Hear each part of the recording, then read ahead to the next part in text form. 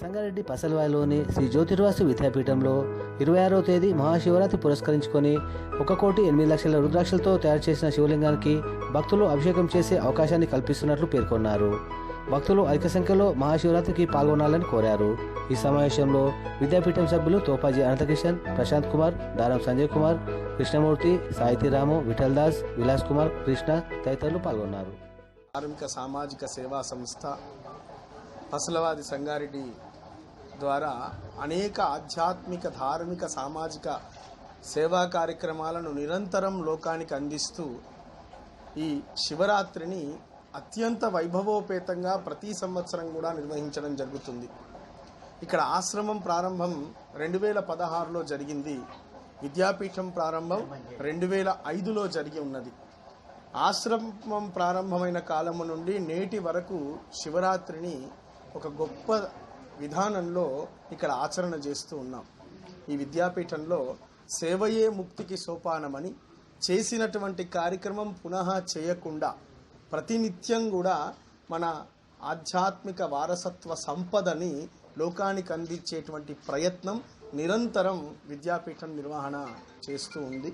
అందులో భాగంగా శివరాత్రిలో ఒక మహత్తరమైనటువంటి లింగాన్ని తయారు చేసి భక్తజనానికి అభిషేకం చేసుకునేటువంటి ఒక సువర్ణ అవకాశాన్ని కల్పన చేస్తుంది.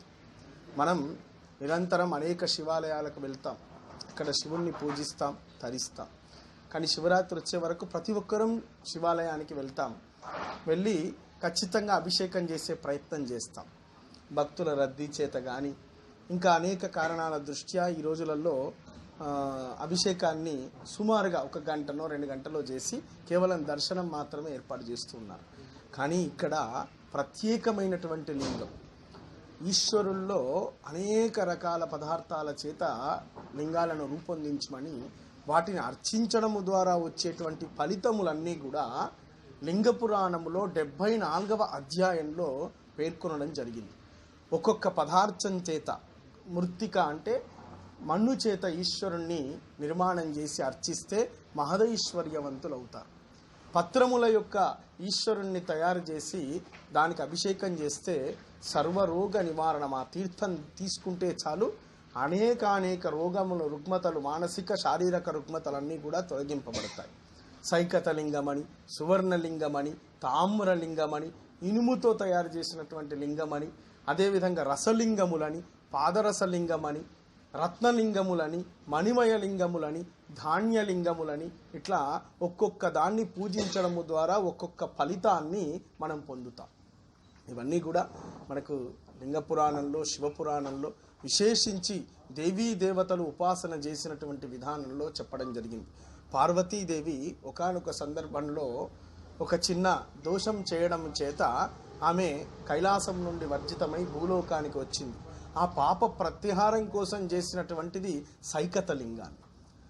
అదేవిధంగా మనకు రామేశ్వరం చరిత్రను పరిశోధన చేసుకుంటే రావణుని చంపినటువంటి బ్రహ్మహత్యా పాపానికి రాముడు సైకతలింగాన్ని ప్రతిష్ఠ చేసిండని, పాప పరిహారం కోసం సైకతలింగార్చన చేయమని మనకు ధర్మశాస్త్రం పేర్కొని ఉన్నది. భస్మలింగం, భస్మాన్ని ధరిస్తే విభూతిరైశ్వర్యం, విభూతిని మించినటువంటి ఐశ్వర్యం వేరేది లేదు ఎక్కడ కూడా. అందుకని భస్మలింగాన్ని ఎవరైతే అర్చిస్తారో వాళ్ళకు అనేక సిరి సంపదలు కలుగుతాయని ఇట్లా రకరకాలుగా లింగాలు, సుమారు 728 రకాల లింగాల గురించి మనకు శివపురాణం చెప్పి ఉన్నది. అందులో శ్రీ జ్యోతిర్వాస్తు విద్యాపీఠం గత 2022 సంవత్సరం నుంచి మొట్టమొదలు పత్రలింగాన్ని నిర్మాణం చేసింది.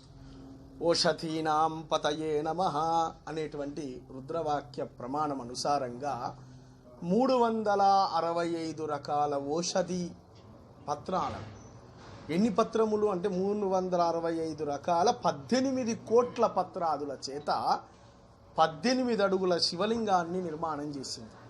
శివరాత్రి రోజు వచ్చినటువంటి ప్రతి ఒక్కరికి ఇక్కడ ఏ భేదం లేకుండా అందరూ ప్రతి ఒక్కరికి కూడా అభిషేకం చేసుకునేటువంటి అవకాశాన్ని కల్పన చేసింది విద్యాపీఠం.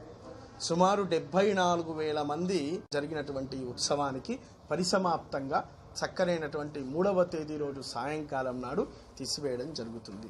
23వ తేదీ రోజు సాయంకాలము విశేషమైనటువంటి పూజలో 5 లక్షల రుద్రాక్షల చేత స్వామివారికి అభిషేకం చేసి 26 నుండి 3వ తేదీ వరకు ఆశ్రమానికి ఎంతమంది వస్తారో అంతమందికి ప్రతి ఒక్కరికి రుద్రాక్షను ప్రసాదంగా ఇవ్వడం జరుగుతుంది జ్యోతిర్వాస్తు విద్యాపీఠం ద్వారా. శివరాత్రి నాడు ఉదయం 5 గంటల నుండి 3వ తేదీ రోజు సాయంకాలం 5 గంటల పర్యంతం సుమారు 6 రోజులు చక్కనైనటువంటి వచ్చినటువంటి ప్రతి ఒక్క భక్తునికి కూడా ఆ రుద్రాక్షను వితరణ చేయడం జరుగుతుంది. ఇట్టి మహత్తరమైనటువంటి కార్యక్రమం పత్రిక ద్వారా ప్రతి ఒక్కరికి కూడా సమాచారం అందించడం జరుగుతూ ఉంది. తప్పకుండా మీ బంధుమిత్ర కుటుంబ సభ్యుల సమేతంగా ఆశ్రమానికి విచ్చేసి ఈ మహత్ కార్యక్రమంలో పాల్గొని తరించవలసిందిగా ఆహ్వానిస్తూ ఆశీర్వదిస్తూ జై గురుదత్త హర నమః పార్వతీ.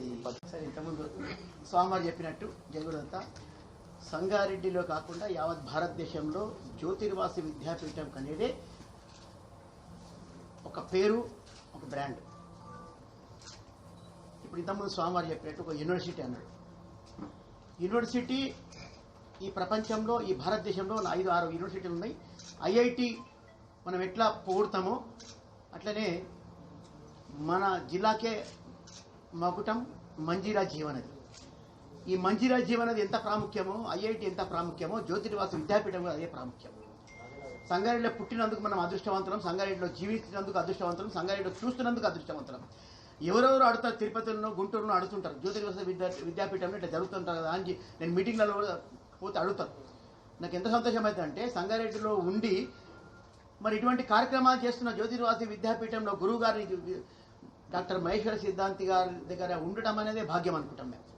మరి ఇటువంటి ఆధ్యాత్మిక కార్యక్రమాలు చేస్తూ రకరకాల సేవలు అందిస్తూ, ఒక్క సేవనే కాదు ప్రతి సంవత్సరం శివరాత్రి సేవలనే కాదు, శివరాత్రి సేవ కాకుండా కూడా ఎన్నో ఆధ్యాత్మిక కార్యక్రమాలను రకరకాలైన ఆధ్యాత్మిక కార్యక్రమాలు చేస్తుంటారు స్వామివారు.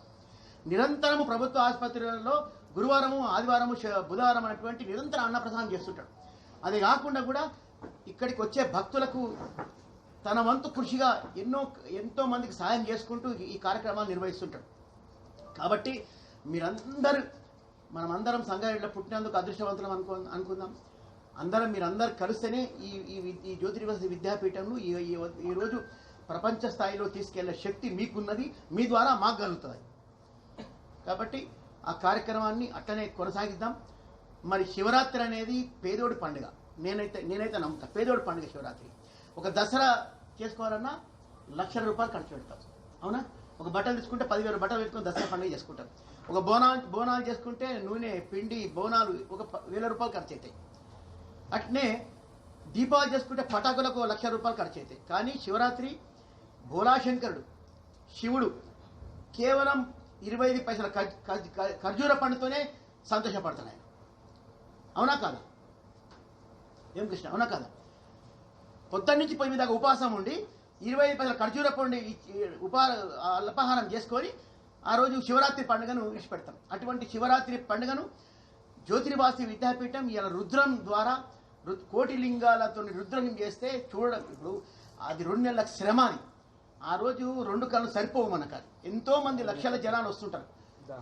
మీ ద్వారా మీరు కానీ మీ ఫ్యామిలీ కానీ వచ్చి చూసి చేసుకున్న భాగ్యం మీకే అడతారు. రేపు పొద్దున ఫోన్ చేసి అడతారు, ఎట్లా ఈ కార్యక్రమం ఎట్లా జరిగిందంట కదా, మేము రాలేకపోయినామని బాధపడతారు అందరు. కాబట్టి ఆ కార్యక్రమాన్ని అద్భుతంగా చేసి ఈరోజు ప్రపంచ స్థాయిలో కానీ, జిల్లా స్థాయిలో కానీ, రాష్ట్ర స్థాయిలో కానీ తీసుకెళ్లాలని చెప్పి మా మనసు పుట్టినోళ్ళ ఈ జన్మించడం మా నాయకుడు కూడా జగ్గారెడ్డి గారు కూడా మనసు జ్యోతిర్వాసి విద్యాపీఠంలో మంచి కార్యక్రమాలు చేస్తుందని చెప్పి జగ్గారెడ్డి గారు సంతృప్తి పొందుతాడు. కాబట్టి మా నాయకుని పక్షాన, నా పక్షాన మీ అందరికీ ఒక రిక్వెస్ట్, ఒక సహకారం ఏమంటున్నాను మీ అందరికి. కాబట్టి దయచేసి ఉన్నది ఉన్నట్టుగా, ఇంకా మీరు తెలుసుకుంటే ఉన్నది గొప్ప ఆధ్యాత్మికంలో ఇంకెంత గొప్పగా రాయాలనుకుంటే అంత గొప్పగా రాయండి. మీరు శివరాత్రి నాడు 2 టైటిల్ చేయొచ్చు. ఒక దిక్కు శ్రీశైలము, ఇంకొక దిక్కు జ్యోతిర్వాసి విద్యాపీఠం కూడా మీరు పెట్టవచ్చు మీరు అనుకుంటే. చాలా మంది ఇందులో కళాలు తింపిన మహానుభావులు చాలా మంది ఉన్నారు. చాలా సీనియర్, ఒక్కొక్కరు 20 సంవత్సరాలు, 15 సంవత్సరాలు, 20 సంవత్సరాలు మీ అందరూ ఇందులో ఉన్న వాళ్ళు ఉన్నారు. కాబట్టి ఈ కార్యక్రమాన్ని, శివరాత్రి కార్యక్రమాన్ని అద్భుతంగా చేద్దాం. మళ్ళొక 2 సార్లు దీని మీద మళ్ళీ ఒకసారి మనం ప్రెస్ మీట్ పెడదాం. మళ్ళీ ఒకసారి మళ్ళీ తర్వాత 23 తారీఖు నాడు ఆవిష్కరణ ఉంది. మళ్ళీ రేపు ఎల్లుండి ఇంకెవరైనా అతిథులు వస్తే వాళ్ళతో కూడా ఒక కార్యక్రమం ఉంటుంది. కాబట్టి మీ అందరికీ ఒక విన్నపం, మరి ఇప్పటి నుంచి ఏదైనా జ్యోతిర్వాసి విద్యాపీఠంకు ఏదైనా సంబంధించిన ఏదైనా అనుమానం వస్తే మాకు అడగండి. నాకు కూడా తెలియకపోతే నేను కూడా సోమవారం విచారణ చేస్తాను, ప్రశాంత్ గారిని విచారణ చేస్తాం. నేను నరేష్ అయితే మీడియా ప్రతినిధిగా ఉంటాడు, నేనైతే మీ అందరి గుర్తు, నాకు కూడా తెలియని నేను